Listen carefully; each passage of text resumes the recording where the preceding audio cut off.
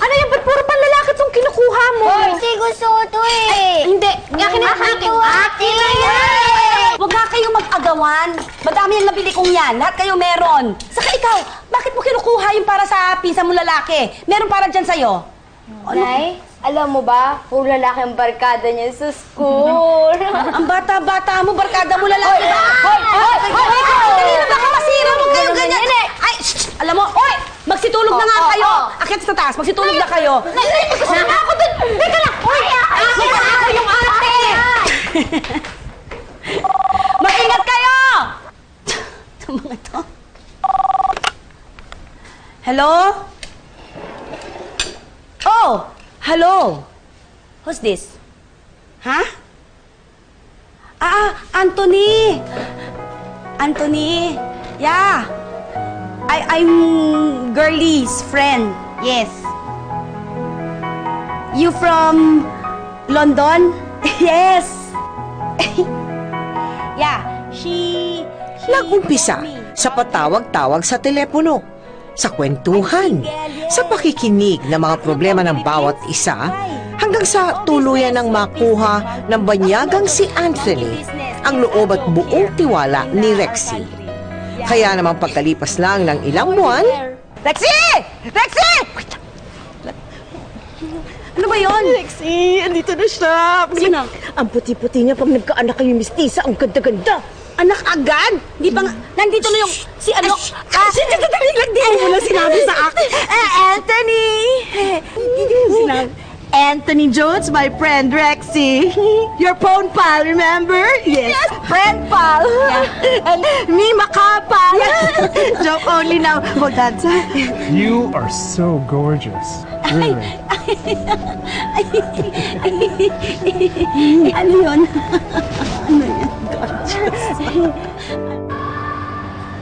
Oy, no touch. I'm Filipina.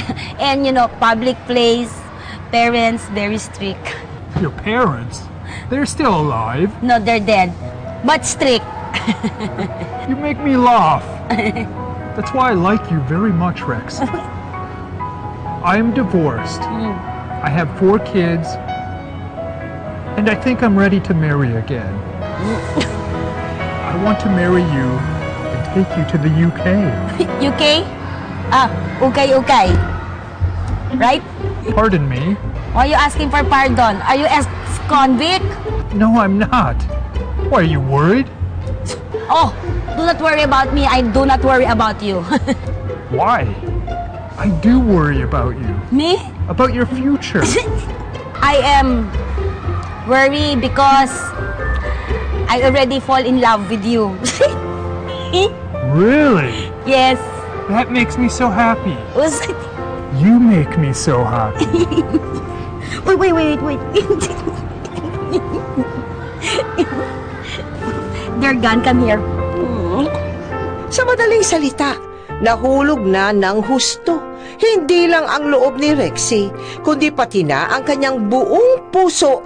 Dahil nais din naman ng kanyang mga anak na siya ay lumigaya, aprobado ang mga ito sa relasyon ni Rexy kay Anthony. Salamat po. Hanggang sa... Dito na po si Mang Anthony, nakauwi na! Oh, ang dami pa sa lubong ah. Hi. Hello. What's wrong? You're not happy to see me again? Oh, happy. Very happy, oh? Huh? But why the sod face, sweetheart? Because I'm pregnant eh.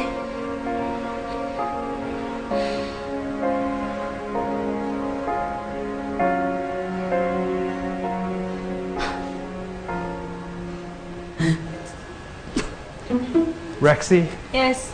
you will keep the baby. Huh? Keep inside my stomach forever? Baby will die. No! I want the baby. And I want you.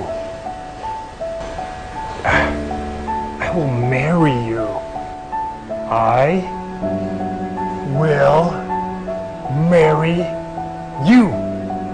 I will marry you and bring our baby to the UK. Me and baby? How about other kids? Everyone. Everyone? Everyone go to UK? UK. Oh, thank you. Thank you. Pagkalipas ng ilang linggo, I really want to go to tinupad ni UK. Anthony ang kanyang pangako. Okay. Nagpakasal sila ni Rexy sa huwes. Pabalik-balik si Anthony sa London para asikasuhin doon ang kanyang negosyo. Hanggang sa dumating ang panahon para tuparin naman ni Anthony ang isa pa niyang pangako kay Rexy. Mr. Jones. So you're here to apply for a visa for your wife? Yes, we'll marry again in my hometown. We'll build a family there. I have all the documents necessary. And you? Pardon? Your documents? I need to see all your documents, starting with your birth certificate. Birth certificate. You have one, don't you? But, sir, I have here, husband death certificate, marriage certificate, gift certificate, you like? Sir, because very poor family, parents gave birth comadrona only. Philippines, no doctor, no birth certificate. I'm sorry, Mr. Jones. I cannot give your wife a visa. Parang gumuho ang mundo ni Rexy ng mga sandaling yun. Maliwanag na sana ang kanyang kinabukasan sa ibang bansa kasama ang isang diborsyadong nagmamahal sa kanya. Mula noon, dumalang na ang pagbalik ni Anthony sa Pilipinas para bisitahin si Rexy. Hanggang sa mailuwal na ni Rexy ang anak nilang si Shane.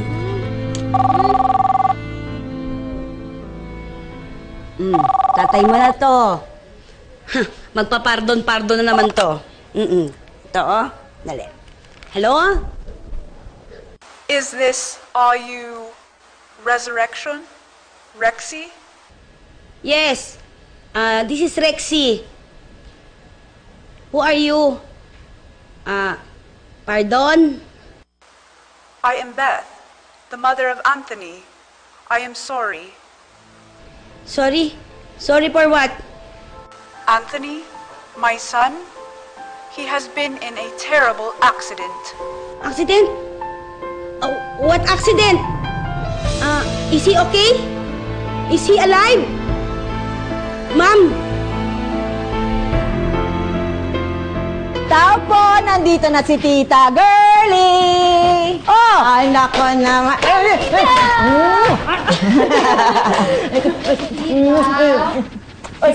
Kiss. Ayun. Meron akong pasalubong sa iyong gatas sa kalamping. Ay, kunin mo nga, salamat.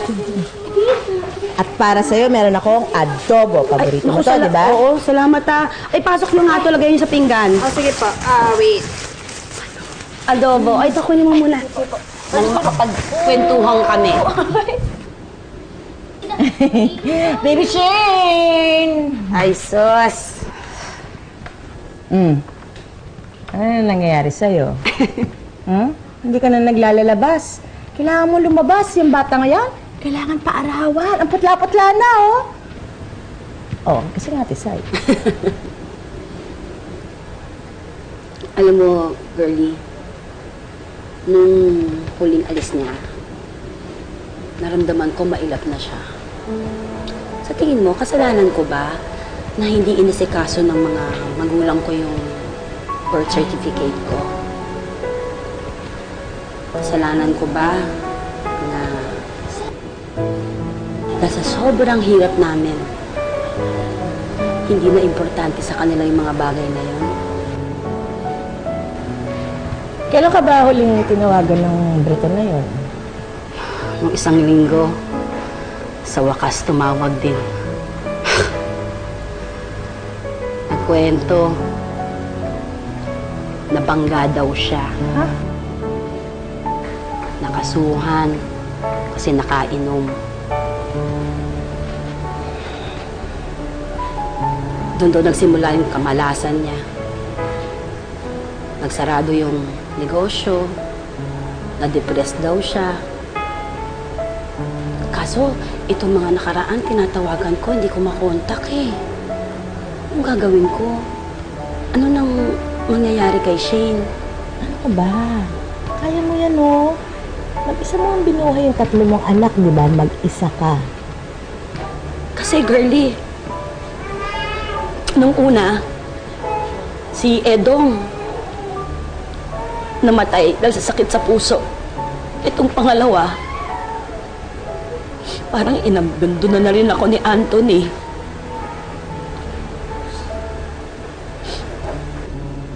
Tumatanda na ako eh. Papagod ako. Alam mo, malas yata itong si Baby Shane. Kamang ganyan. Tandaan mo, ha?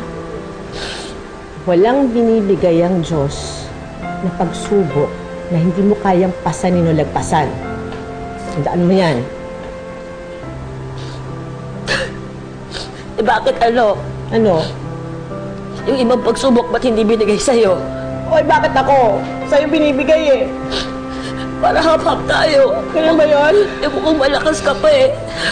Kabaan lang ako, hindi naman ako malakas. Parang kaya mo naman eh. Ba't ako lang? Tama na yan, tama na yan. Rustini!